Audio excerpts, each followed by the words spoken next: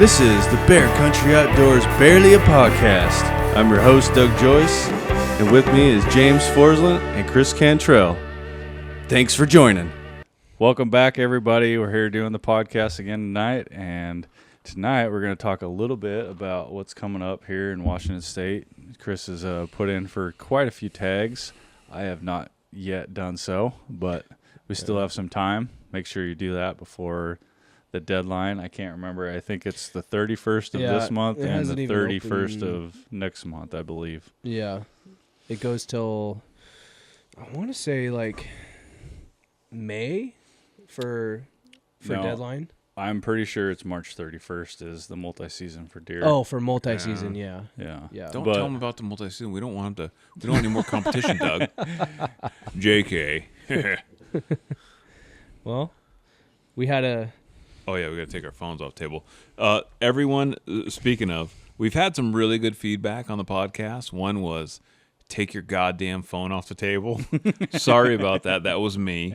My phone, as you know, being a real estate broker, my phone goes off constantly. Kris is his phone is his life. And basically. I'm sorry. That's my fault. I apologize. Our good buddy Travis over in Peshastin said we need multiple camera angles like Joe Rogan. We're poors, so that's not going to happen. Sorry. We're going to work on it, though. We're working on it. Absolute zero costs in the producing of this whole thing, guys. That's true. Well, except for Doug's time. Yeah. And snacks. And snacks, yes. Yeah. And the multi-million-dollar house that we're sitting in. And some good whiskey. I think I'm good with that. And the $1 million worth of animals that I've killed in this room. Okay, Kris. Come on now. But I got you guys can't see below the table, but I got Costco socks on. I got my Costco pants on. I like it. He's living the good life, guys. Yeah, you know, it is a good life. So tell us what you bought today, Kris. You said you put in for some of the permits. You know, I'd like to briefly touch on a couple things about this state. So Washington State in general. So it's like the hometown crowd, right? Gary Tatro is a fella that came and watched our movie. Thank you, Gary. I think that's really cool. I'm gonna butcher this. I think he's the wildlife manager for one of the local tribes around here. I haven't got his permission to completely throw him under the bus, but he's a great advocate for wildlife, and he has been keeping me up to date. Like they had a session this morning about basically trying to get rid of the Fish and Game Commission, right? We didn't get a whole lot of traction on that, which would be wonderful. Even though a couple of them are good, right? Overwhelming majority are bad right now, but I feel like we're gaining some traction against our Fish and Game Commission because we've lost like our spring bear, and they're trying to push back on cougars, and then they're like, oh, we want to take cougar season away, and then someone gets attacked, right? Like the mountain bikers that just got attacked. So a lot of people are noticing this. The people from the tribes are noticing this, and that had to get put down. Yeah, the Fish and Wild Police, which we're paying for. There's been like 3 mountain lions lethally removed in the last, I want to say last 2 weeks in Washington from human conflict. Yeah. And this one just so happened to be an actual attack. The 2 other ones were engaging attacks. You know. And one of them, like the cougar was literally tracking like 10 mountain bikers, and then really? Yeah, and then jumped on a lady. Oh yeah, that's the one that just happened. Yeah, that one just happened, and then the rest of the people that were there actually fought it off and held it down. Not like the one until the Fish and Wild Police showed up and lethally killed it. Basically. You know what's crazy is where this happened was like miles away from where it happened to that guy a couple years ago that got killed and ate, and his friend was just like, I guess it was him and his friend riding, and then his friend was like, mountain lion attack. I'm out of here. See you later, bud. And then like he rode off, and the mountain lion got the guy and like killed him and ate him, or was eating him, and then buried part of his body off the road. And that's when they came back with dogs and they tracked that cat down. But what's the coincidence here when you have 2 attacks within a couple year period in the same area on humans on bikes. Isn't that interesting? We should ban mountain lion hunting. Yeah, it's just like it's becoming like more of a learned behavior for them. Well, we need more mountain lions is a thing. I wonder how many deer are left in that area. Probably Must be not a zero. lot. Zero, yeah. But if they're hunting down people, I mean, there's literally no food, or they just have figured out that people are going to be an easier target. oh yeah, Well, 100%. case in point, They learn just like any other animal. we all have game cameras, right? Yeah. Cellular game cameras. So we get to while we're at work, we get to see boop, boop, boop, what's coming up. And all of a sudden, funny story, I have no deer on my property. None. I'm going through the same why. thing. I wonder why. And then I get at the same time, two juvenile mountain lions, probably I would say 70 pounders, right? Mm-hmm. Good sized cats. I mean, could kill me easy, right? Yeah. Come through all my game cameras for a couple days, and then they go away. And the next thing you know, I get a freaking giant tom. I mean, a huge tom, middle of the day, walking right by my shop, 35 yards from my house, where my dogs and my kid and you have livestock down below. Yeah, and the goats and the horses and the chickens and everything else, right? Middle of the day, just not skirting the woods. I'm talking in the open. It's like they're becoming more comfortable. Well, why would you fear something that it's funny is it seems like the predators seem to be a lot smarter than just about any other animal in this state. Oh yeah, I think that's why it's so hard to shoot a mountain lion during 100%. season. They're probably the smartest of all of them. Oh yeah, 100%. Well, we talked about this before when we talked about Washington wanting to introduce grizzly bears, right? Where I hunt in Montana, someone gets attacked every year or more, and 3 people I think got killed in 1 year where I hunt from grizzly bears. And because why wouldn't they, right? We're soft, squishy, we don't have fangs and we don't have claws, and why wouldn't they eat us, right? Well, it's a learned behavior because we can't shoot them, right? So why would they fear us? And it's the same thing that's going to happen with mountain lions. They want to cut off this predator management. Well, once the predators aren't managed and they come in and they're next thing. They feel like they can't be touched. Yeah, next thing it's going to be your dogs, and then it's going to be your kids, and then it's going to be you, And anyone who thinks they're tough enough to fight off a full-grown mountain lion, you're out of your freaking mind. Especially a big grown tom. There's no way. That could be anywhere up to 200 pounns, It's- 250 pounds. It's like the guys that say they could fight a grizzly bear. I'm like, have you ever seen a grizzly bear? Have you No ever way. seen The Revenant? Yeah, there is no way. Maybe the baby cub on the movie The Bear. Yeah, there's not a human being on this planet that could beat a full-grown grizzly bear. There's just not. I mean, they're just they're massive. I mean, why would apex you want predators. to? I You don't. know what I mean? Not even with a gun, I don't Yeah. want to. Grizzly bears scare me as far as animals attacking. Oh, big time. Dude, I would feel really uncomfortable having a grizzly bear within 30 yards. Dude, I had a grizzly bear closer than I would definitely be having a gun pointed at Oh, it if it was that 100%. close. I Like- can guarantee you that. you see how close our knees are right now? Mm-hmm. That's how close a grizzly bear was to me through a wall tent in Alaska. And I'm not gonna lie, I don't feel like I get scared very easily. I was very afraid. Did you have your gun pointed at it? I had to feel down on the tent floor. I'm on a cot on my back, and I wake up to, and I'm like, oh my God, what is that? And it's it's right there, and it's dark, right? And my buddy then with Travis snores like a freaking chainsaw. Mm-hmm. He's aggressively snoring. He's not a very big guy. He's snoring like he's 700 Yeah, pounds, he's right? sawing logs right now. Dude, big time. Probably had a few beers. We the other day, had, or- we had a few Chardonnays. So let's not kid ourselves, right? We're up in Alaska. We had a good time. Yeah. And I remember reaching down. I'm fumbling for my revolver. I got a 454 Casull, and it's in a D&D leather holster, so it's a really nice, but it's old. I've used it a lot. Yeah. So it's formed to it, and it's real tight. And I'm trying to pull it out, and this thing is like, it's pissed, right? And I can feel, so my shoulder's touching the wall of the tent, and I can feel it pulling away from my shoulder and hitting my shoulder from the bear's breath, right? In this wall tent, and there's zero light, and it's pissed because it's popping its jaws, right? And it is loud, like, yeah, right next to you, right next to me, you know.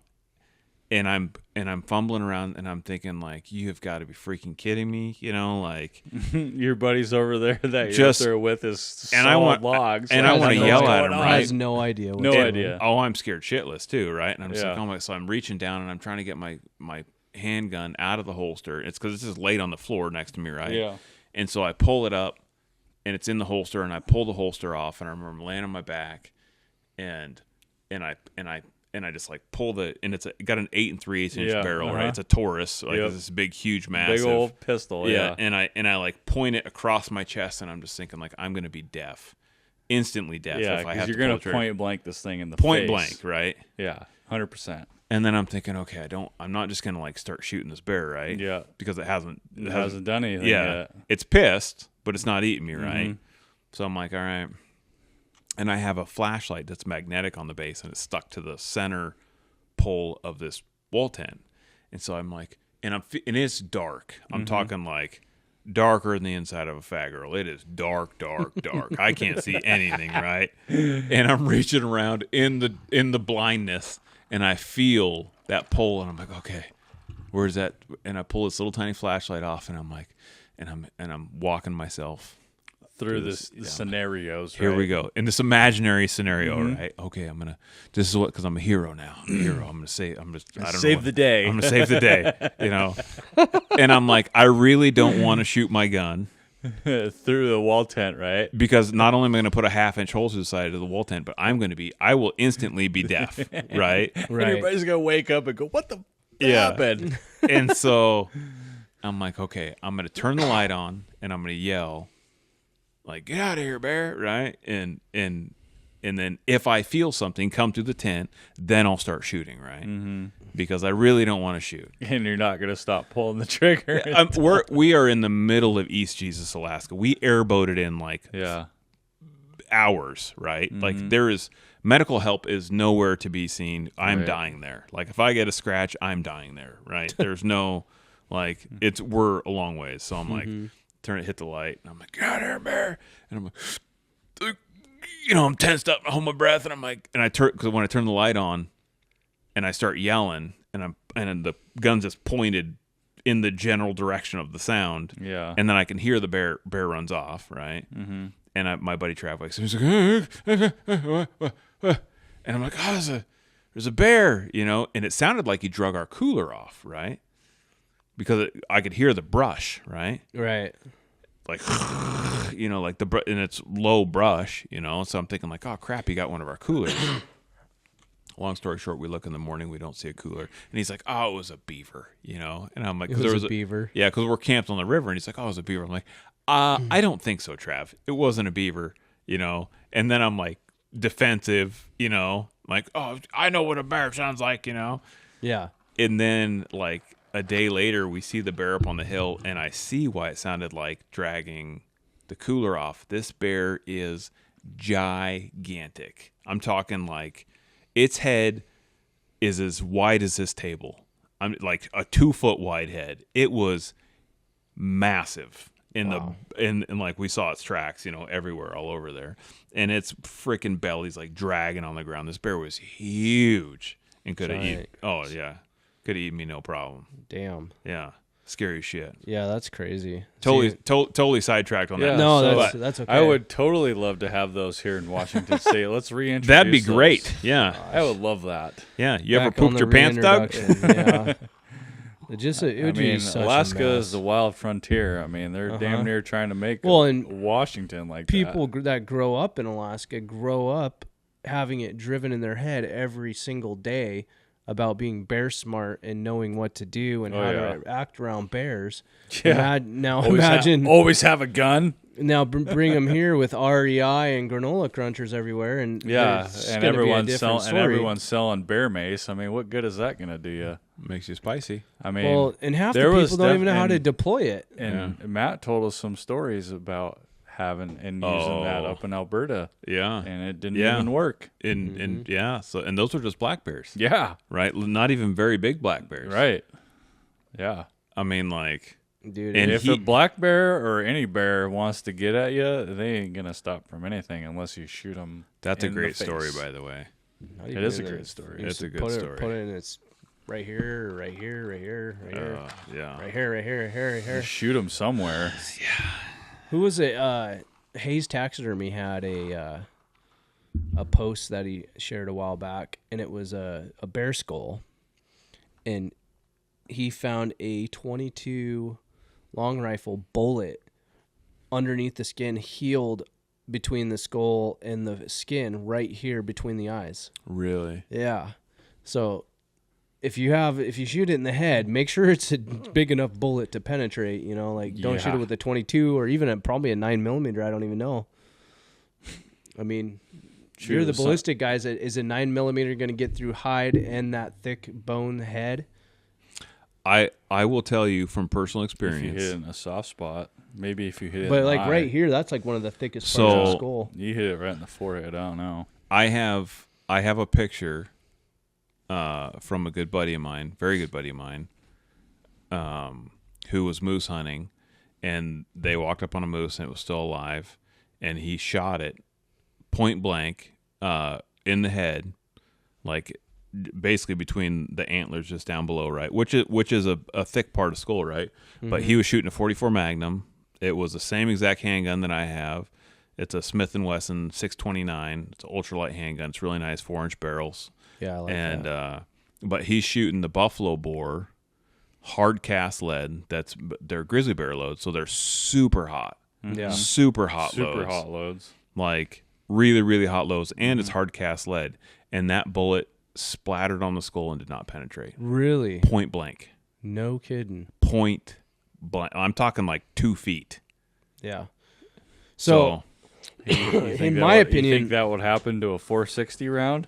Probably not a 460, but coming out at 1,800 feet per second. You want penetration with like self-defense with a grizzly. You want penetration. You don't want big 100% expansion. You want penetration. So for that 460, I have some of the H&M bear loads, and they're 300 grain hard cast lead bullets. Right.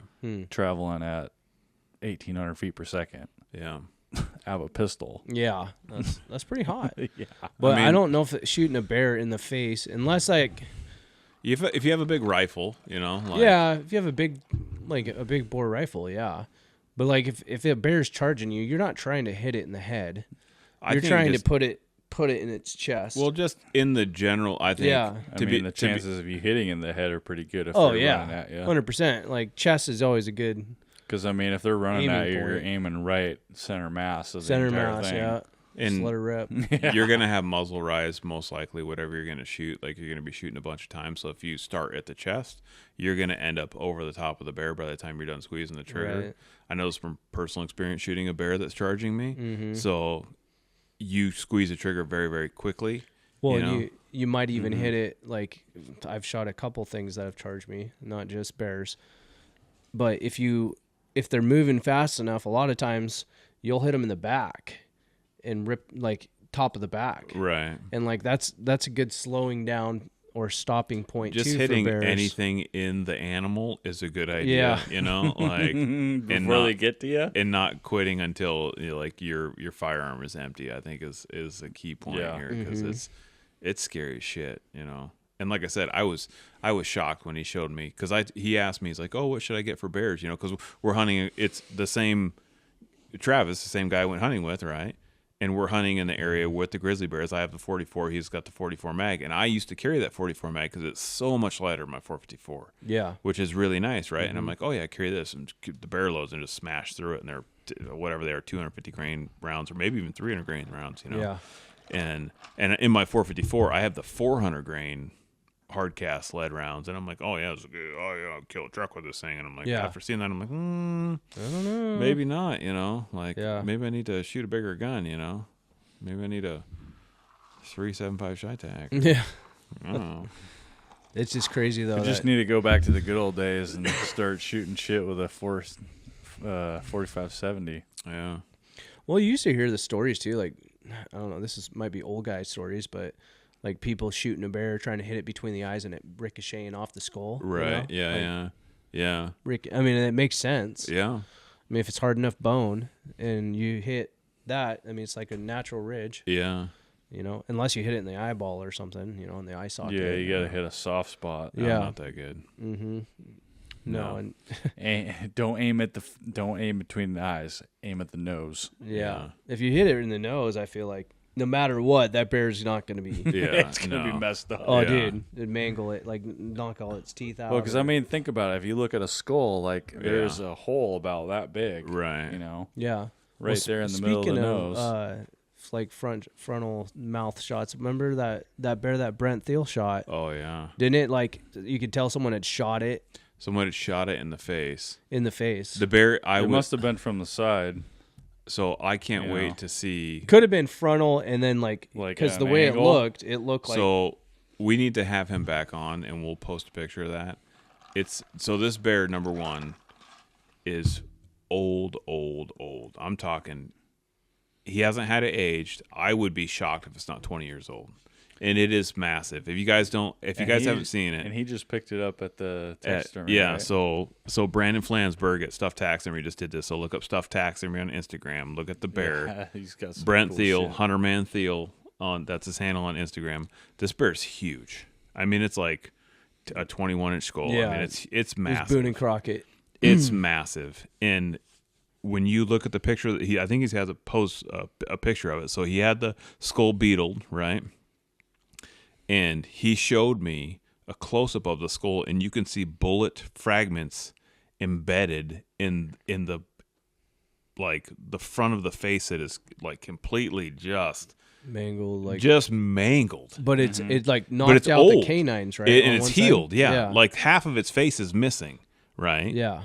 And it's healed over. Like bone is missing from its front, from this side over. And there's black the canine fragments of like lead and crap in its face. It's incredible. And the thing healed up, and it lived its life like that. And it is a massive bear. Yeah, what a story. Really big. What a cool story on that, though. It's. I mean, to think about. It'd be interesting to know what the real backstory was on it. You know, Mm-hmm. how that bear got shot in the face. Mm-hmm. I mean, you'd have to think either it was someone messed it up over a bait at some point, Something. or maybe the thing charged somebody and got shot in the face. Or, It almost looks like a point blank shotgun, like bird shot in the face type of deal. I don't know. I'm making shit up. I don't know. I don't know what it is, but it looks like. I mean, it was blasted in the face, and you can see black fragments embedded in the bone, and it's. I mean, it is like cut off, right? Yeah. Like it was, and it was a decade ago happened, right? Oh, it's all healed. Yeah, 100%. Calloused over bone. Yeah. And the mount is all. It's incredible. It's all scarred up and. It's so cool. It is so freaking cool. I want to see it. It's And really he fully cool. mounted it. Oh which yeah, is pretty awesome. life size. Because that's what we do here. Speaking of taxidermy, what do you got coming? He actually. So Brent is a good buddy of mine, and he's a sweetheart of a man. His wife works for me, so he brought back a life size antelope that I shot. So I got a dandy speed goat out in the shop. It's actually laying on its side. It hasn't been put up yet on the wall. Must be nice, Chris. It's really cool. He did a really good job. Must be freaking nice. Must be nice. I got a lot of catching up to do. You got a deer mount coming. Yeah, those of you who don't know, I shot 4 bears last year, and I have 4 bears being life size. Jeez. Which is super cheap, and I highly suggest it. So you if took you're out a married. second mortgage on your house, or And what are you doing to the Quinault bear? I'm leaving it. I'm everything. Brandon, I'm not gonna lie, he's very artistic. He's an artiste. So did you tell him how we wanted it? I didn't. I don't tell Brandon anything because every time I tell him, here's the deal, Doug. Every time I you tell call him, him and tell him. He'll Yeah. probably be like, okay. no, don't tell him anything because he just adds a 0 every time I tell him something. Okay, you know, I don't want to buy him a new house just yet. Yes. Yeah, Doug, call him. don't call him. That would be the best mount ever. It's gonna be really good though. I'm really excited. Brandon does incredible work. You know what I told Kris he should do for that one, right? Yeah. Weren't you saying like something like put in it like what it was when he shot it? Yeah. Yeah, that'd be great. Yeah. Yeah. With like That's what I thought too. With a donut in its its mouth. mouth. Oh my Yeah. gosh. That would be pretty cool. That would be epic. Standing up on top of the water barrel with food like all over the top of it with the the donut in its mouth. You know, that's a good question, Doug. 'Cause Second before I he got could, shot. I could see. So we got some feedback from the film. 99.9% of it was amazing. We got one guy that was like a crybaby, but Oh boy. I haven't looked at the comments on. So we have a film out on our YouTube, right? Yep, A Bear Hunter's Life just got released. But before it was going to be a part of it, but Doug filmed it and we took it out of the film, and it was a spring bear hunt in Washington State, which is a big deal because we don't have a spring bear season. I was lucky enough to go over to the Quinault Indian Reservation. Doug and I went over. Doug filmed it, did a freaking fantastic awesome job. Dude, it was so much fun. It was so much fun. We only saw one bear, but we saw one bear. It was a blast. We killed a bear. We killed a bear. We killed a bear. We went over there and we did the job that we went over there to do. So if you haven't watched it, go watch it on our YouTube. Yeah. But I haven't looked at. Do we have some spicy comments on? I haven't even looked at the comments on that for a long I time. don't know. I haven't looked at it in a while. I take Joe Rogan's advice, like just put it out there and don't look at it, you know. Right. Otherwise, you get oh, this guy says I'm a piece of shit, you know, like. I'm surprised actually that there's not as many views on it. I know. To be honest. Well, I mean, to be completely honest, YouTube has really not been good for us. Yeah, they've shut it down. I think all the social media has been We've bad been for us. banned on YouTube and like Maybe we need to go to Rumble. Dude, some of the like right off the bat, there was people commenting on the Bear Hunter's Life. Like the first comment was, "Hey, I saw this and watched it. Great film. Just wanted to let you know that I subscribed to your channel and there was no alerts that this had come out." Oh, I was trying to look into that too. I couldn't figure out why that had happened. Because YouTube is suppressing our content. They must be. Yeah. Isn't I mean, even our own subscribers aren't getting alerted. Because I'm pretty sure that it's supposed to automatically pop up if they are a subscriber. Isn't YouTube I was looking into that too. owned by Google? Yes. Mm-hmm. Google, shame on you. Do better. Yeah, 100%. Do better. We already know that Instagram and Facebook's a bunch of douchebags who suppress and try to remove hunting content. Mark, speaking of, did you see the Zuck? Did you see the little cut of him at the fight? Everyone, dude, it became like the I meme felt of the week. so bad. You know what? I didn't feel bad for him. Screw that little weasel. I may not like that guy, but I'm just like, I didn't see golly, you know, he took the heat though. But here's he's the just deal. trying to act natural. He's like he's one of the richest. I don't know. Just he's hanging out with the guys. Elon Musk, right? He's at UFC. Yeah, so he's at the UFC fight, and he's like acting like he's part of the crew of some like UFC club. He's like, yeah, just trying to be tough, you know, but really he's just like a crybaby bitch face. No, but think about it. Like, you're one of the richest, most like powerful men in the world, right? I mean, he owns like, when you own the media, you own the power, right? Because he could like, you know, he could shut us down, which he's obviously doing right now. But at the same time, like, he has all the money, he has all the power, he has all the influence, and he's there, and he's the most awkward, nerdy, just like zero confidence. Oh yeah, like, dude. He's like, I'm with the cool kids. I'm just, and I'm like, dude, you have everything. What are you doing? Why are you being such a dork? You know, like quit being a weirdo, dude. Yeah, quit being a weirdo. Why are you being a weirdo? Quit sniffing your armpits. You know, like, you know what I'm saying? Yeah, you don't need to write off of anybody. So, pro tip for the day: money and fame. You guys don't need it. Just a little bit of confidence. Be yourself. Let's always say. Let's switch gears a little bit here. Yeah. Let's talk about some of the gun stuff that's happening in our state right now, because there is some stuff coming down the pipeline that is not good. No. and is very alarming, especially if you're an FFL dealer in the state of Washington. Yeah, especially like Mr. Kris over here. Yeah. So I would suggest everyone go to, if you go to the YouTubes, right? There's a guy called William Kirk, I believe. He runs Washington Gun Law, and it's a really good, informative. It's super informative, yeah. And I feel like I follow a bunch of different gun channels, and some guys are really disappointing because it's like clickbaity, and I don't like clickbait. Like they're like everything is breaking news. Breaking news this, breaking news that. Look at this. Yeah. Wow. And then you get to it, and it's just some guy giving like his random opinion on some shit that doesn't really matter. But I feel like he's always bringing like, hey, this is what's happening. These are the facts. Decide for yourself, right? Mm-hmm. So there's a law that they're trying to. It's a bill that's in place right Yeah, now. it's a bill they're trying to put into law. I apologize.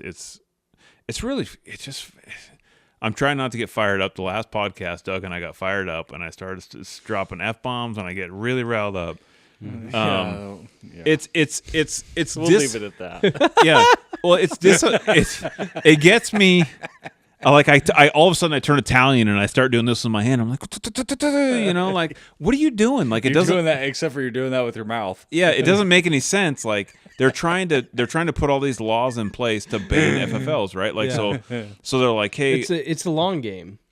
So they're trying to like, hey, you need to alter your building and do all these security measures, and everything is always passed off as like public health. Yeah. Promoting public safety. Public safety, yeah. So it's like, it's for the safety of the public. I'm like, no, there's no public of the safety when it's really your own safety, right? I mean, your own business, your own. Yeah. The thing it is, should be like, your own problem, really. Mm-hmm. All the stuff they're trying to pass. So there's I'm gonna give you two parts. So I'm gonna start with the first part. The first part is the bill they're trying to pass is like. They're trying to make you like modify your building and do all this stuff and security. And I'm not saying that you shouldn't have security because everyone has security, but at the same time, they're trying to make it so unreasonable that you couldn't afford, if you were a current FFL, you couldn't afford to do all of these things unless you were basically Cabela's, right? Right. So all the small FFLs in the state, boom, instantly gone. Yeah. Which is if you are anti-gun. That's the point, right? Right. So now, if 99% of the FFLs are I don't gone, know what the point is when they're starting to find guns in homeless camps. I mean, right. Where the hell are they getting those? Well, here goes to my second point, right? and this is the point that will probably get this episode banned, is there is zero chance of any gun law prohibiting any mass shooting, any murder, anything of the sort, because number one, there's millions and millions of guns out there already.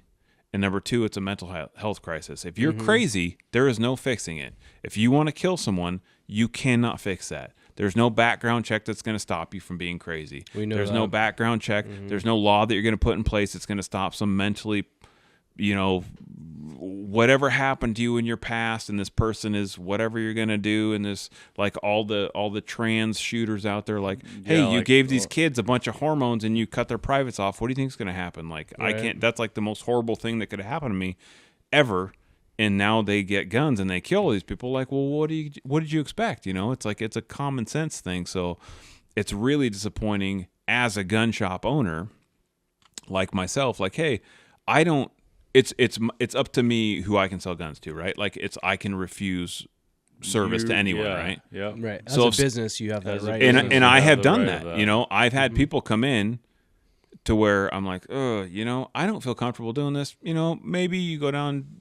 Maybe You're trying no. to be responsible too. Yeah, I'm trying to be a responsible person. You don't want to be the person that sold some gun to someone that just went and mass murdered a whole bunch of people. So let's continue on to something that's better. So as far as the state bills that are going through, that's just one of many that are still in process right now. Right.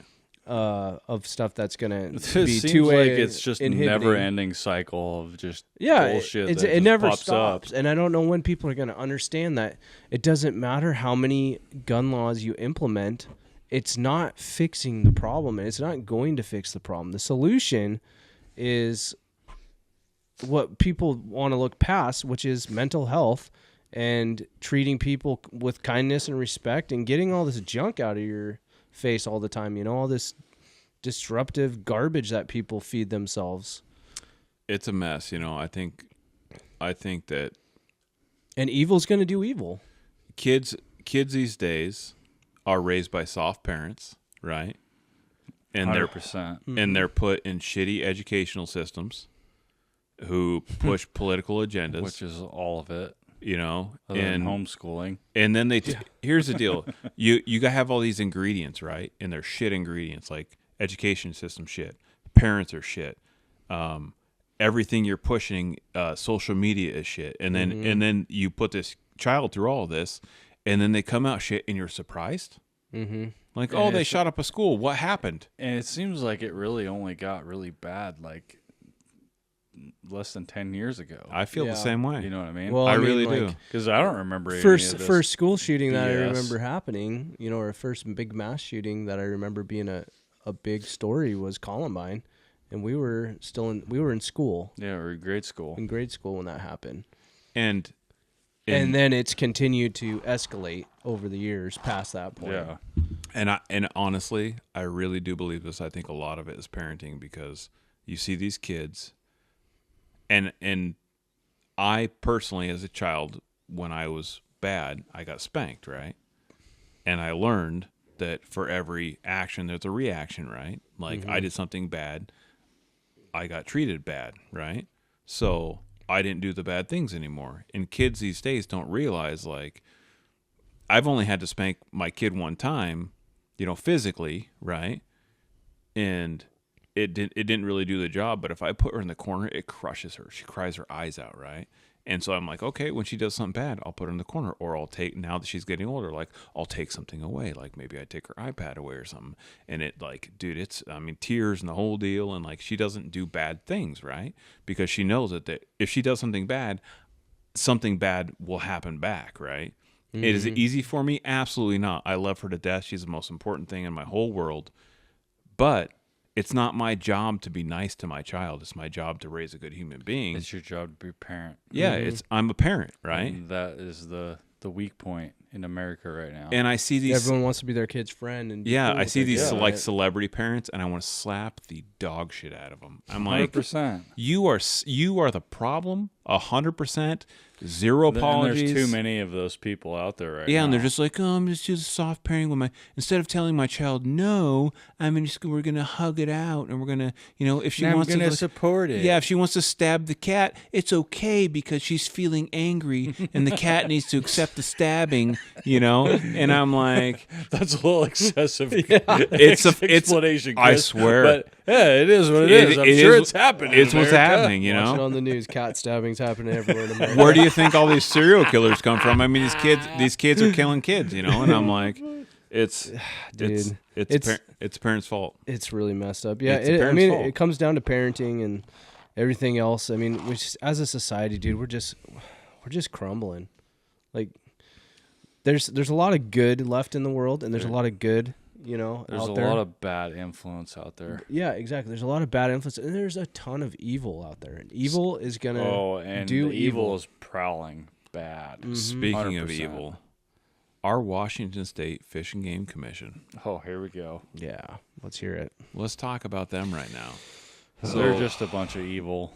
So they want to take away bitches. Predator hunting.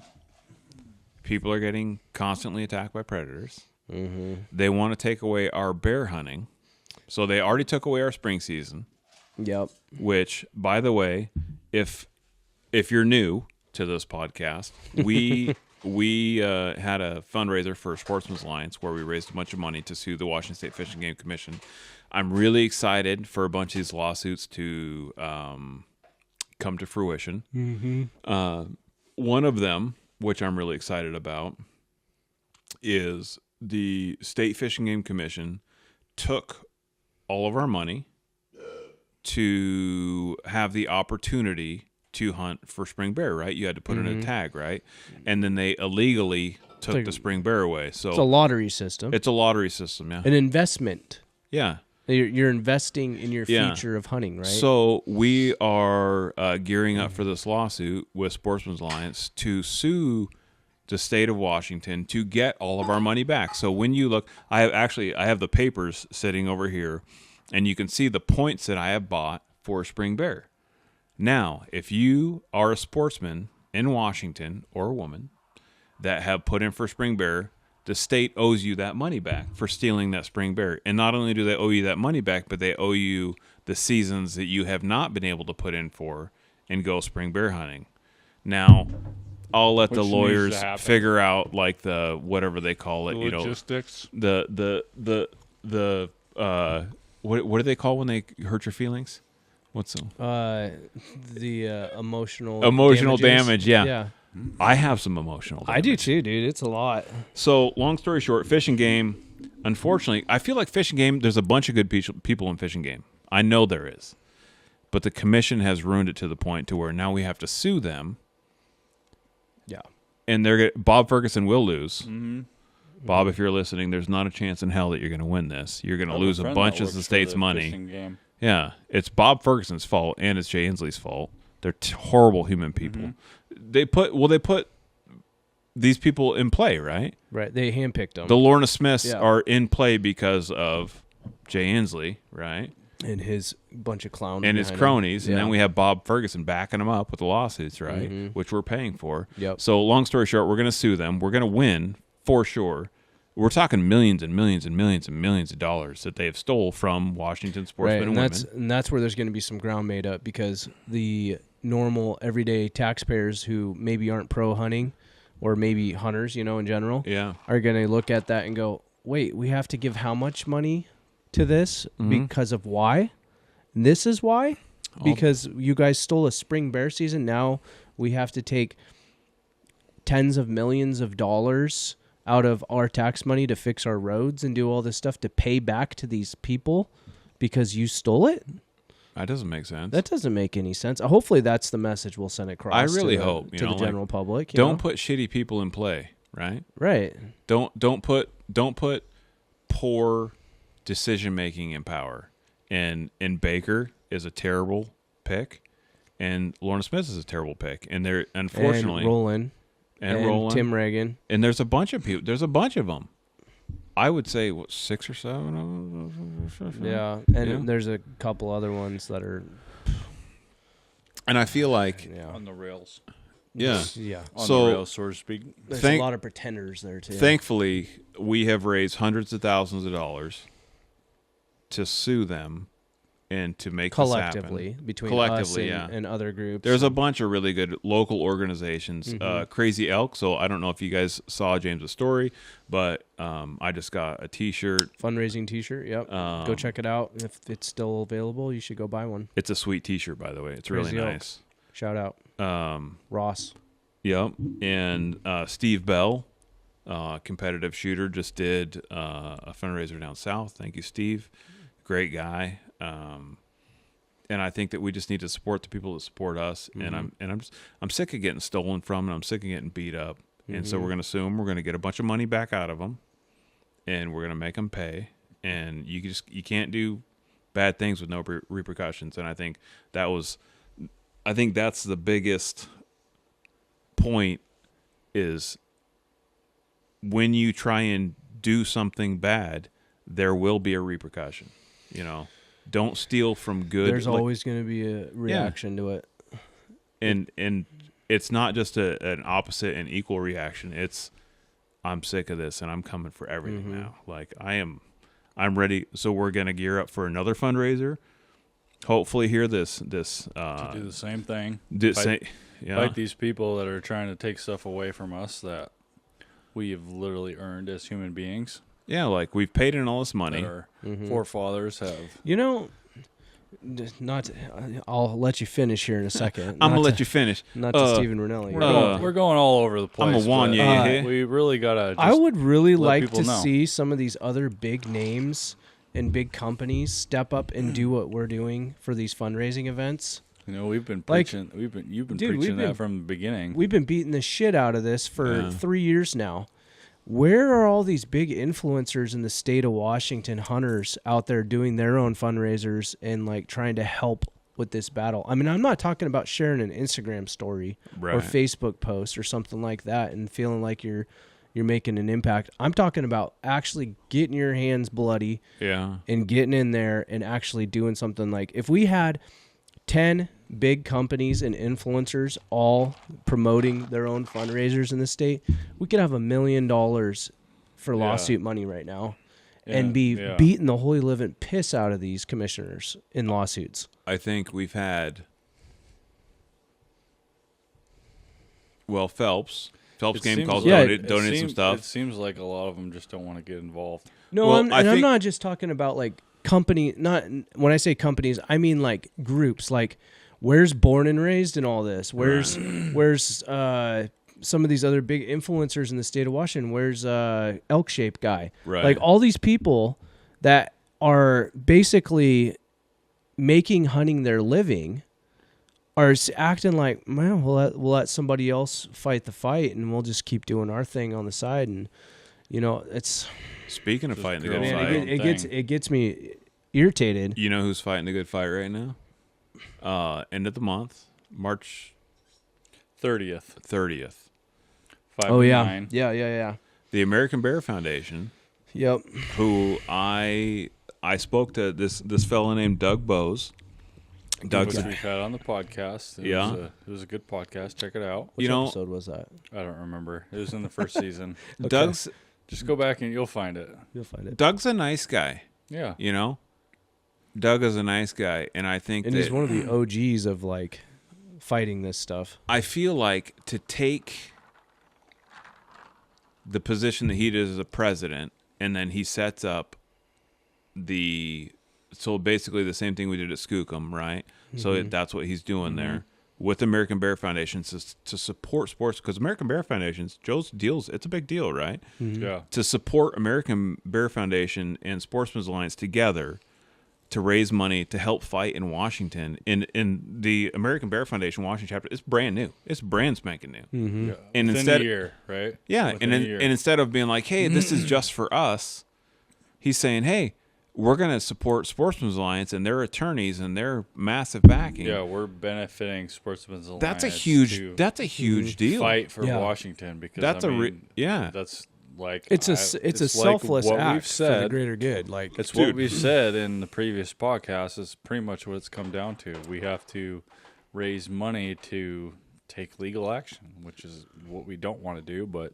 Well, as of right now, unless something majorly dramatic changes, that's what we're going to have to do. We have to have that. So we are going to be there. We have to go out there and fight the fight. Bear Country is going to be there. Mm-hmm. The gun shop, Cantrell Outdoors, we're donating a gun. Bear Country Outdoors, we're going to have swag. We're going to have all sorts of stuff there. We're going to be supporting them. So honestly, is it the 30th? Is that for sure? 30th. From 5 to 9. March 30th, 5 to 9. Oh, I'm serious. Like, we're going to be there. We're putting, like, none of us are billionaires. We didn't fly here in our jets. We just got off our jobs. We're putting our money where our mouth is. We're showing up. We're going to support this cause. You should too.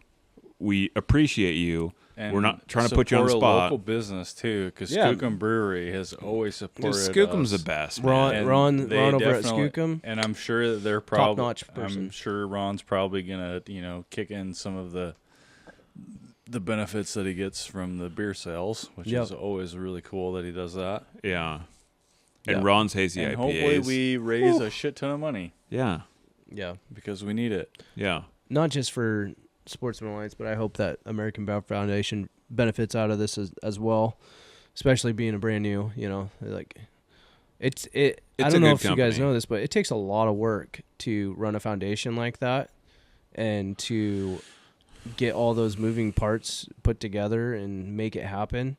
Like, it takes a lot of time out of your schedule. Like, I would imagine Doug's probably not getting paid to do this He's stuff. doing that on the side. He's just doing it for his love for the like for what the we're species, doing. you know, like yeah. You would exactly. think we're a nonprofit, right? With how much money Right. we lose, but we're not. we should become a nonprofit. We just lose all the money. At this rate.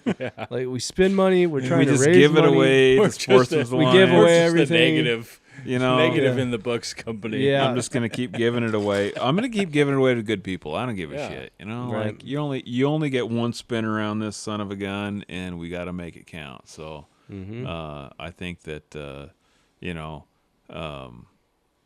show up to the event, spend some money. If you don't have a bunch of money to spend, Buy a bunch of beer. Well, here's another thing too. Exactly. Like there was a bunch of really cool stuff donated to our event, right? Yeah. Like handmade, freaking awesome stuff. I hope That's- there's just as much, if not more, for this Yeah. event. You know what? That's a And I great hope- point. And I hope that Doug Bowes brings in enough to raise more than we did. So if you're a small business that has something that they could offer, or if you have something that is of value that could help raise some money, and you don't have money to donate yourself, like donating something to the cause, reach out to Doug Bowes or Washington Chapter American Bear Foundation, or you could even probably reach out to the American Bear Foundation, or reach out to. We're not Or to affiliated with us. them, Too, yeah. but like we're like I said, we support them. Like I gave them. I don't even know how much I paid for my life membership, but that's how much I believe in them. And I think if you want to donate some stuff, And you're donating a gun, right? yeah, and we'll cause. we'll do the work for free. Call us. yeah, you can Email us, message DM on, us, whatever you do on the internet. I on don't give a Insta shit. or whatever. We'll get Yeah. we'll get a hold of Doug and we'll get it figured Well, out. yeah, Mm-hmm. yeah. we could facilitate Well, such transactions. We're gonna help out because we believe in the cause. Yeah, exactly. All of us believe in the cause. James and Doug and myself, we're here for the long run. We're sick of this shit. We're sick of getting beat on. We're sick of getting everything stole from us. Yeah, Bear Country Outdoors ain't going nowhere. No. We're here for a fist fight, No. boys, you know? And We're just getting started, man. if you've ever seen Letterkenny, you know, you better lace up your boots, you know, because we're in it for the long haul, you know? Yep. S&P. Let's go, boys. That's right. At the end of the driveway. Well, that would be cool to raise a bunch of money there. It would. Hopefully, that would really, I think we will. yeah. Yeah. Doug's a good dude. It should be a fun event too. Yeah. Joe's a good guy. It's a great venue. Great venue, great beer. Yeah. Good people. Yeah. So- awesome people. If we do raise a bunch of money, then we need to like celebrate by maybe having another fundraiser to raise more money. It's gonna happen. I know we're planning on probably doing another fundraiser at some point here. Yeah. In the near Maybe future. we do it a month later. Or Maybe we do. Speaking of, I've been contemplating some stuff. I'm not gonna say any of the stuff that I've been thinking about out loud because it's been in my own head and we Yeah. haven't even talked about it yeah. yet. But me James and you is and, brewing up some scheming Yeah. stuff. oh, I've been scheming before in he my even head. tells us. Dude, I got some stuff in the works in my head. It's gonna be It's gonna be so real good. I just need to run it by you guys, see what you guys think. Yeah. It's gonna be so good. Speaking of scheming, so we did the Sportsman's Alliance fundraiser. We donated some money, a bunch of money. We just did the film for Robbie, Blood Origins. Blood Origins. Well, we did the film for ourselves, but we're gonna donate. Yeah, we We're partnered. donating We a partnered to bunch raise a of little bit of our for proceeds. the giveaways. Everyone who or some came, of our proceeds to it was so good. It was awesome. I felt so good about the people who came. Mm-hmm. They were so like people. Everyone wanted to be there. Yeah, and Like- they were so nice to us, and I don't know if you guys felt the same way I did, but I was like, man, these people just like the energy in the room was like it felt so good. Mm-hmm. It felt super good. It's never bad. No, everyone was jazzed up. You know, your shit and dad showed up on a freaking brand new knee. You know, like Brand new hip. or a Oh, hip, yeah. yeah, like just hobbling in. Like he's like, I'm here for the show. I'm like, shit, yeah. You know, let's do this. It was awesome. It felt really good. People were patient enough to get in and get into the theater. So we started almost an hour. Oh no, it was almost an hour late, right? It was like 40 It was minutes. probably a half hour. Yeah. we had to start the movie late because there were so many people on the street waiting to get into the theater. Which is so freaking cool. Like we're just a couple of slapdicks from, Nowheresville, Washington, and it just from good old Stanwood. It felt good, Yeah. It felt good for that many people to show up, and For a good cause too, and yeah, it was a super good cause, like we're giving some money away to Blood Origins, but at the same time we're just trying to raise awareness of bear hunting in Washington and just hunting in general, and the film definitely raised awareness to the situation that's going on. And it's not just in Washington, but countrywide. Like there's probably a lot of people that are going to watch it and they're like, what is going on? Right. And they're going to look into it. And once they look into it, they're opening that whole other can of worms, you know, like the whole point was to open some eyes, which right? is sad if you haven't figured it out by now. Well, yeah, but there's probably a bunch of people on in the Midwest and on the East Coast, and they haven't even heard about any of this garbage. Yeah, because right. They don't have predator problems. Right. Yeah, right. Sneaking around. But yeah, they got to deal with coyotes, and that's about it. The film debut was pretty cool. And speaking of film debuts, we've been talking about some of our plans for possible films coming up. Oh, let's talk about our plans for this year. And we got some pretty cool stuff in the works. I mean, we touched a little bit on it last week. Yeah. Which I don't know how this is all going to fall in line with our podcast, but I committed to the money to pay a videographer in South Africa. So me and my dad are going to go to South Africa and Mozambique on a hunt, which I'm super excited about. And we're going to hunt world-class crocodile and hippo. Dude. Which that's is a big, it's a big deal. It's like the adventure of a lifetime. That's a bucket list that I would love to experience just to be there. I mean, there's going to be a lot of people that are like, oh, hippo, raise your eyebrows. It's like, you know what?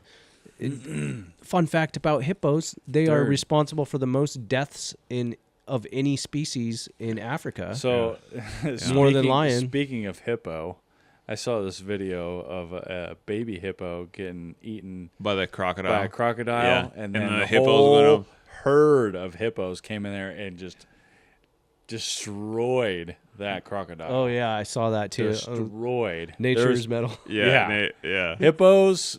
Yeah, dude, don't mess with the hippo. Don't mess with the hippo. They're and by the way, it is about as worse as they come. It's way more expensive than I thought.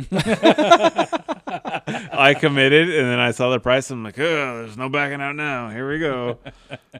But I'm super jacked. Take part of my retirement out. You only live once, Chris. I'm going, and I'm going with my dad, right? Like, I'm like, all right, I'm gonna do this. If you can somehow figure out how to do it. Hey, dude, when you leave this world, you don't want to leave the world with any fun coupons left in your pocket. I'm going full tilt like a Peterbilt. Hell no. Mm-hmm. I'm going full tilt. Make full sure tilt like a they Peterbilt. are all redeemed. Right? You'll have plenty of time as an old man to sit back and talk about how you should have saved more money. It's going to be done this and could have done that. It's going to be a great film. Instead, you're going to be saying, I did this and I did that. Yeah. Mm-hmm. I spoke with my PH. His name's Shawl, which is Charles here, by the way. Dude, just the name Charles. Let me interrupt you for a second. That just sounds like such a masculine, manly name. Like he's bigger than me. Shawl. He's probably like. I think he's like 6'5", probably like 290. Probably looks like Gerard Butler on 300. He does. Really? Well, not quite like that, but he's got the face. He's got the hair. He's got the hair. Africa. So I went with him last time, and he's a good dude. He's a really good dude, and so he was a PH for my dad. So PH is professional hunter. So when you go to South Africa, you show up, your PH picks you up, right? So it's a one-on-one type of deal. So my dad's like he's the big head honcho, right? So he's like he gets the main guy, which is Shaw, and then I get another guy, and this guy's your dad get the head guide?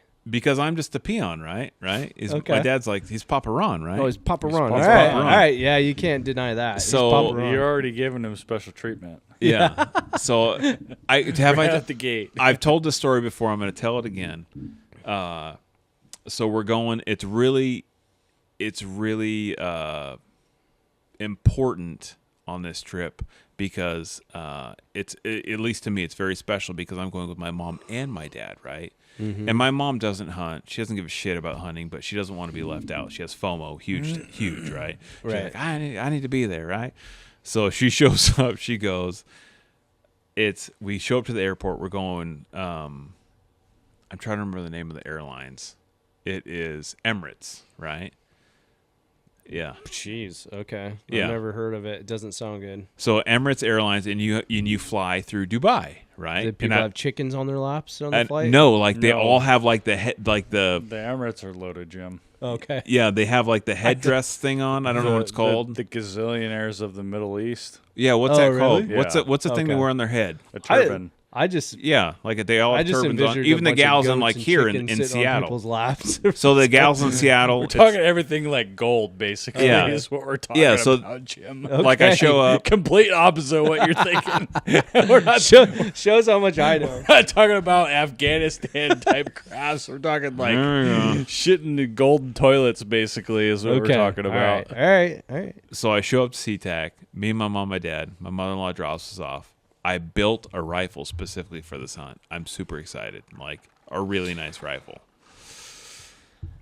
Show up. They go, "Oh, we don't have any guns on this flight." And I go, "I don't know what you're talking about. I paid a lady in South Africa to take care of this. I'm not going to name her, but she did a shit job. Not going to endorse her business, obviously." And I just built, and it's very important to me because it's like a $7,000-8,000 gun that I just built to take on this trip with my mom, my dad. I've never been to South Africa. My mom, it's only the second time I've ever been, but my mom, my dad are like going. It's a big deal, right? Right. I own my dad obviously the first time, but I'm like, crap. What do? I got all this crap. Like I got a pile of guns sitting in there, and she's like, "Yeah, we don't have any guns." My dad's like, "What do we do?" I'm like, "I don't know." So I'm like, "Well, you and mom get on the flight. I'll take all the guns." Right, because I have like cases of guns. Because you usually take at least 2 guns with you, right? Right. Like a big bore and a small caliber, right? If you're gonna Right. shoot whatever. So your dad probably had his guns. Yeah, and so you we had have your 4 guns. cases, right, Okay. of guns. And so I call my mother-in-law and I'm like, "Hey, can you like circle back around and pick me up? I'm not going to Africa today." She's like, "What?" So she circles back around, picks me up, go back, and long story short, I show up to Africa like a couple days late, and I'm super not happy, right? Because I missed. It's only like I don't know. It might have been a 10, 11-day safari. Now I have 8 days, so I'm 3 days late. Super pissed at the lady because I paid her to do a job. She didn't do a job. She did a shit job. Did I get refunded? No. Did she apologize? No. She was shit. Oh man, So I'm heated. I show up. Chris is still bitter about this. I'm super bitter. I am super He's bitter. telling the story right now. The thing is, it's not. And as you get So older, bitter. to my listeners, to all 3 of you, the men I'm sitting with right now are younger men. I'm 44. They're in their 30s. Doug's in his young 30s. So they don't understand the jeez. value of time that I value time. I because feel like I'm the same age as you, Chris. I'm 4 years old, Doug, and every second I'm sucking the life out of that Coors Light right now because I'm enjoying every minute of it, right? So I finally get to South Africa. He picks me up. Time and wisdom. It's wisdom, Go there, Doug. Jim. So he picks me up, and we're driving to camp. We get pulled over, and I'm like, "What the fuck is going?" So, and if you've never been to South Africa, I can't wait for the new film to come out, right? Because people who haven't been to South Africa have no idea. It is not the United States anywhere. Oh, you need to make sure you document how this goes because everyone's gonna be curious. You don't see a lot of the build up to a hunt, Yeah.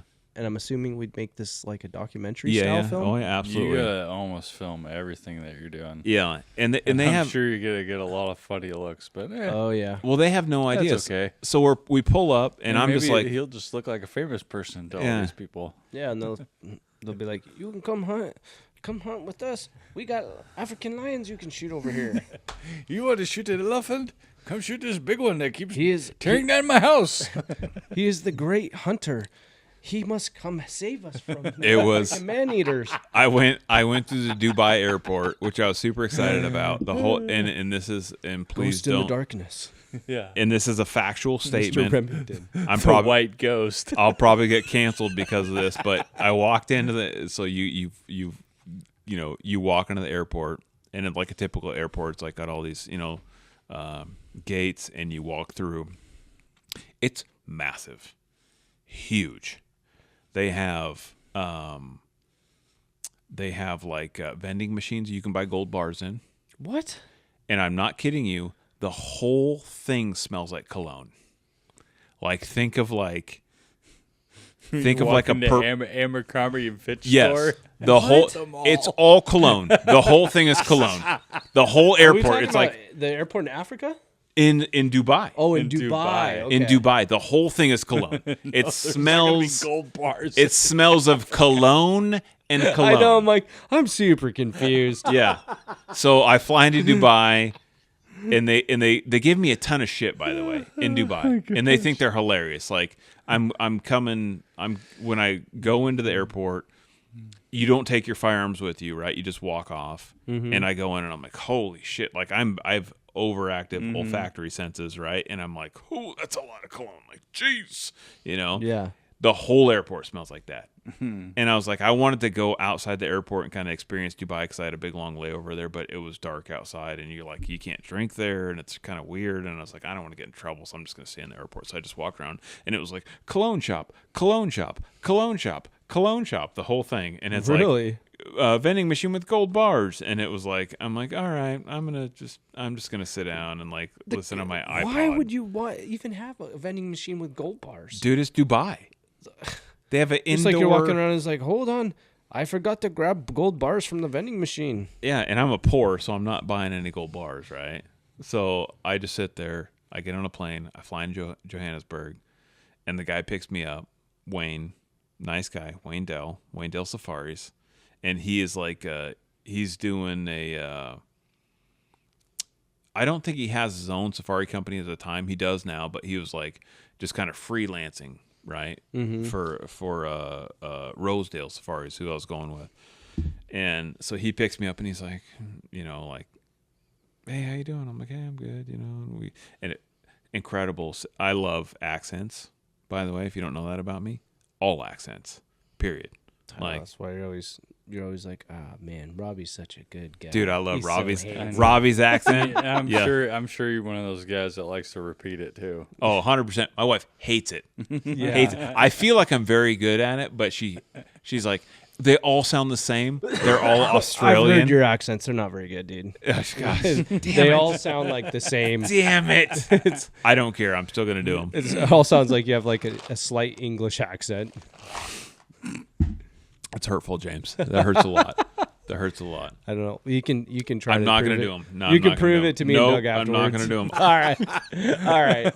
Continue on your story. We're getting sidetracked. Here. Yeah. So I get in there. Wayne picks me up. Great guy. We're going to camp. And we got pulled over in the middle of the road. Like, in the roads are like, when you fly into Joburg's a giant city, right? It's almost like, not quite Seattle, but like, it's a city, you can tell. Mm-hmm. You get out of the city, there's nothing. Scorched earth, nothing. Like a bomb dropped. Nothing. There's a road, that's it, right? So we're going, and there's a dude standing in the road. He's like, and he's a cop, and the guys, and he's like again, right-hand drive, right? Mm-hmm. We're in the guy's like saying something in Afrikaans. I speak like 10 words of Afrikaans, so I don't know anything. And I'm like, is that what it's called? Their language, Afrikaan? So Afrikaans, yeah. So it's like, there's a bunch of different like variations of this, but like where we're at, the main language is Afrikaans, right? And so I'm trying to listen, and I'm like, I don't know what the thing is. But and then it's like you can always tell because and then like you by their volume, right? And I'm like, that guy's getting aggressive, the cop's getting aggressive, and our guy's just like, and he's yelling at him, and he just takes off, and I'm like, what was that? And he's like, oh, he wanted money for a radio tax, and I'm like, what? And he's like, yeah, he's trying to like scam us out of money. because we got whites in the car, And I'm like, what are you talking about? And he's like, yeah. So he just tried to like get money out. The guy, RPH, is driving the truck like a little, like it's a Hilux, like it's a Toyota four-door, pickup truck. Takes off. Doesn't give a shit. Really? Just literally just takes off from the blows cops. by him. Yeah, no, like he talks to him and he's like, give us some money, and like, he never like brandished a firearm or anything, but like, and our guy just like, F you, and just takes off, and I'm like, welcome to Africa, Welcome to Africa. Here we go. I guess this is normal. You carried the whites. We're going to stop you so yeah. we can take your money. Yeah, and that's how it is. Like when we were in the airport, and not to like skip the story, but like when we were getting home, my dad gave a guy $20, one of the cops. Why? And because they weren't going to let us on the airplane because of our guns. And he gave him $20, and he's like, boop, and then he just let us through. It was just money. It's just a totally different. It's crazy. Anyways, That's wild. We're getting a whole different thing. we're gonna show it in the movie when we go back because I'm sure it's still exactly the same. But so we get there. I'm late. I think I have 8 days of hunting left, if I remember correctly.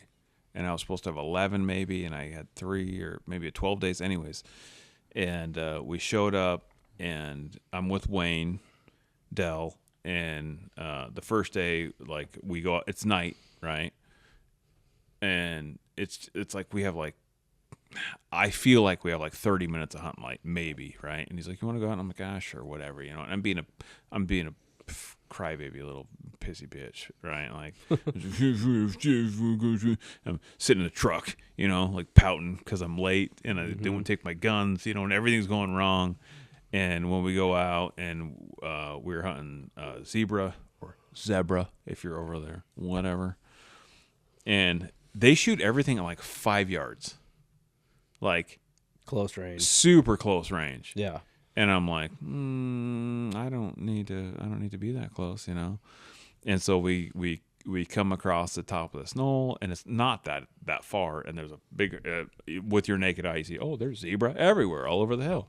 And he's like, okay, we're gonna, like, we're whispering, like, we're in the truck, And I'm like, yeah, just stop the truck. Let's just shoot a zebra. And he's like, oh, it's too far. I'm like, no, it's good. And so we get out, and I'm like, yeah, just tell me which one to shoot. And he's like, it's too far. It's too far. And it was like, I want to say it was like, God, I'm trying to remember, 695 or something like that. It wasn't even 700 yards, which is not. I'm shooting a 300 Ultra Mag, which I've shot like miles, literally. Like, it's not far for this gun because the gun shoots way better than I do. He has no idea, but at the same time, I'm like, this gun shoots really good. That's not that far. Like, This animal's dead. Yeah. And Give me the green light. And I'm like, yeah, which one do I shoot? And he's just like, and you can tell he's looking at me. And I can hear there's 2 trackers in the back. So the trackers don't ride in the cab. In the back of the truck, there's a seat that's built up above the cab that they sit in, like a safari seat. Look around. Yeah, so they can, they're glass, or not glassing. They don't even need glasses because they got freaking, like, they're X-Men sitting in the back. They can see forever, right? Yeah. And when they see something, they just, and they tap on the top of the cab, and Wayne stops the truck, and he sticks his head out the window and listens to the guys, and they speak Afrikaans, right? And I'm trying to pick up on what they're saying, and I still, to this day, don't know what the hell they're saying, right? And then they point, and I'm like, oh, yeah, cool. They see something. But they can see much better than we can, right? Yeah. Right. So I hear them sitting in the back. There are 2 guys sitting in the safari seat. One was Mello, and I don't remember the other guy's name. And they're talking. But you can tell by their tone that it's condescending, right? Yeah. And I'm like, They're like, this guy's gonna miss. they're like, Or like fat American. Like, hey, here we go again, right? And so break out the rangefinder, boop, and I get down, and I'm like, hey, can you run a camera? And he's like, what? And I'm like, just press a red button. Just point at the thing, hit record. And I'm like, tell me which one to shoot. So if you've never shot a zebra, I've only shot one, you can't tell the difference between a male and a female. It's not like a regular horse, right? Because their wieners are kind of small, right? So long story short, he tells me which one's the male, and I yank the trigger, and like this thing, classic like best of the West high shoulder shot. Thing drops so hard it bounces, instantly dead. Guys get super jacked, erupt, like, oh my God, and Wayne's like, this is going to be a great safari. And I'm like, yeah, this is going to be a good time, right? Mm-hmm. And I was there to shoot, like, I think originally like 6 or 7 animals, right? And we ended up shooting 29. Holy moly. In 8 days. In 8 days. Yeah. You shot 29? I did. In 8 days? Yeah. And then you were in debt for the next 15 years? Still paying it off. Yeah. Yeah. Totally worth it. Totally worth it. Totally worth it. I cannot wait to go back. Now that I know how I am, I'm gonna try and like tone it down a little bit, but I'm super excited. I don't know what's gonna happen. I'm planning for 2. We don't know how many. I have he's two. gonna come back with. I have 2 animals on my hit list. 2. 2. Croc and hippo. Yeah. How many days are you going there for? 2 weeks. Yeah, and so And you're day going 2, for 2 animals. 2 He's gonna days have- in. He's gonna be 2 days in and go. Now what? Yeah, I know. Well, we could take you on some more safaris. and- Chris is gonna have a whole nother truckload of Maybe I'll go on a wine tour and a photo safari. Maybe you get a deal on a Cape Buffalo. Maybe. Oh, Maybe man. you go after a jaguar, or not a jaguar, leopard. A leopard. Yeah, Dude, a we'll leopard see. would be We'll see. awesome too. So I'm really excited. Speaking of, so I'm going to bring 2 guns. One is going to be the 470 Nitro Express that I brought on that bear hunt up in Alberta. Yeah, buddy. And the second is going to be a 300 PRC, Ooh, which you're building, or are which you gonna bring? I have to build. And Doug and James and myself are all going to be rocking some 300 PRCs this year, which I'm super excited about. Mm-hmm. Thanks to our new sponsor, Benchmark Barrels. Benchmark Barrels and Aero Precision. Who started that Oh, and- whole thing off? And Aero Precision. Did I accidentally just say that? And Aero Precision. Did I? Do tell. I mean, So- I didn't know we were letting this cat out of the bag, but we might as well now. We said that in the last podcast. Well, Aero Precision. He was gonna leave it for the next one. Aero Precision is going to be supplying us some of their brand new long action Hunter. I believe it's called a Hunter Action, and it's going to be their more lightweight Ooh, I like that. receiver, which is Yeah. super exciting because I had some conversations with them like, hey, a lot of the guys are wanting more lightweight, skeletonized type Right. actions, right? It's all about the lightweight now. Yeah, so you need to take your receiver and just cut some weight out of it, and I think they've done a really good job. I'm really excited. It's like brand new, brand new. So I'm excited to. So we get the Gen 1. Yeah, and I'm excited to put them to the test. Rifles that no one else has, basically. Yeah, we're gonna have top of the line Benchmark carbon fiber, Yeah, carbon barrels, fiber right? barrels. Yeah, 300 PRCs, hopefully. gain twist barrels, by the way. Yeah, it's gonna be so good. Ron These are gonna be bought so a super badass. fancy machine there to be able to do gain twist rifling. If you don't know about it,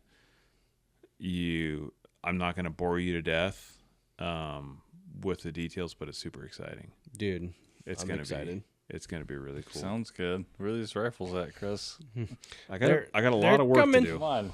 I got a lot of work to do. I think that we should have. And our most important sponsor out of all this, that would make it not even possible, Mr. Cantrell Outdoors. Yeah, Cantrell Outdoors is sponsoring Stepping the up dog big. shit out of Bear Country Outdoors right now. So is 12th Fan Carpet Cleaning. Fan carpet cleaning. If it wasn't for Cantrell Outdoors, And we Doug would not Joyce. have any of those Yep. And sweet rifles. Doug Joyce, contractor extraordinaire. digging some dirt. I think we do need to have some of the. We'll have one of the Aero guys on, and we'll have one of the Benchmark guys on for sure. Yeah, and we need to. Yeah, because we're we're gonna have some special guests eventually. Yeah. when people decide they want to come on our show. And if you guys have any pro tips, grow a pair of nuts. Yeah, come on in and hang out with the big dogs. if you guys want to talk, or hear someone specifically talk, like someone from Arrow or someone from Benchmark. We're open. Yeah, like If you want to come on the show, just hit us up. yeah, hit us up, drop a comment, let us know. We got a couple guys and gals that are on the hit list that we're going to have on the show currently. But if you have someone you want to hear from, let us know. We would love to have you guys on. If you want to drive up to Stanwood on a Wednesday night, We're good for a good conversation. yeah. Or sometimes we're flexible. Sometimes we can do Thursdays. Sometimes Tuesdays. We're pretty open sometimes. Oh yeah, Kris does basketball. Basketball on Thursdays. Oh my gosh! All right. You know what? Yeah, we're gonna have some good guests That's lining so up here much soon. fun. We're gonna try to really get on planning this out and getting some guests lined up. I know it's been kind of last minute a lot of times, and It's hard to get people. we got Wednesday a lot nights. of people that wanna be on. It's Yeah. just, we just need to. Yeah, we're Coordinate trying all of to we're this. trying to knuckle down the schedule. Yeah. You So- know, we among the three of us are pretty much trying to figure this out weekly. And Yeah. as of right now, we're only doing in-house podcasting. We're not doing remote podcasting, Right. which a lot of, everyone and their brother, like we could get everyone on doing remote, but doing in-house is a little harder Yeah. because you either got to fly them in or they have to be somewhat local. I'm a belly button to belly button kind of guy. You know? Yeah. I am too. I don't think you get as much out of it. No, I want to shake your hand. I want to see your face. Right. That's the kind of guy I am. So I want to drink some whiskey with you. Yeah, if That's you right. and if you don't drink, I got Coca-Colas. You can have one of them. Yeah. Shit, huh? Come on out, Randy. Come on down. Randy Newberg, he's definitely a we'll a get good him one on. to have on We'll here. get him on next time he's in town. He's a busy guy. Randy's He's a good super dude. busy guy. He's very busy. He's a good dude, We though. hollered at him, and Yeah. he heard it, and unfortunately, he had too much going on. I don't think Randy appreciates my swears, but I think he appreciates the fire in my belly. Oh yeah, 100%. He's a very considerate man. Mm-hmm. He's very nice when he speaks to me, and I appreciate that because he knows that I have many a flaw. I'm a flawed man, but I have a good. You have a good heart. I try to, and I feel like I'm putting it in a good direction. Hey, nobody's perfect, man. We're not perfect. Nobody is perfect. You just gotta put your best foot forward every day. And you got to fight the good fight, and I feel like we're all fighting the good fight right now. You gotta do what you gotta do. Yeah. Mm-hmm. Speaking of that, Let's wrap this baby up, huh? let's do it, Doug. Well, thanks for joining us tonight. Let's give a quick shout out to our sponsors because they've been some lovely folks. Yep. Thanks, Loophole. Yeah, Montana Knife Company. And one of our new ones, Benchmark Barrels, which we're looking forward to experiencing some new equipment, which is going to be some sweet stuff, as well as Caribou Gear, which we've been using quite a bit over the years now. Long time. And we will be using them more because they got some sweet stuff. And our newest new that we just dropped the cat out of the bag on, the Aero Precision. Aero Precision. I'm super excited. So it's Cat's out of the bag, guys. they do have the new actions that we're going to be building on. Check out their rifles too. They got some nice rifles. got some sweet stuff. They have some pretty sweet rifles. They're a And- local company. Yeah, That's they're out of another big Washington. one. You got to support local. I really do believe in We're that. definitely hounding down on supporting the locals. Mm-hmm. And they do have a lever action gun coming out. I don't think it'll be out until 2025. I don't even know if you're supposed to even say that, are you? Well, they were out at SHOT Show. Oh, okay. They're out at SHOT Show. they're already Okay, out. so they let the cat out already. Yeah, but their lever guns, like if I can buy a local lever gun, I will buy a freaking pile of them. If you come to my gun shop, you will find a bunch of them. I will carry the shit And out then of we're them. probably going to be hunting with them a lot. Yeah. Because it's going to be the best new brush gun. That's Yeah. right. Because that's pretty much what you do in Dude, Washington. Everything Aero makes is really nice. Yeah. Like, Yeah. top of the line. Like I love 100%. back in the old days when you could buy lowers and uppers. Good old Remington. Yeah. Well, the assault weapons ban. We'll talk more about that too.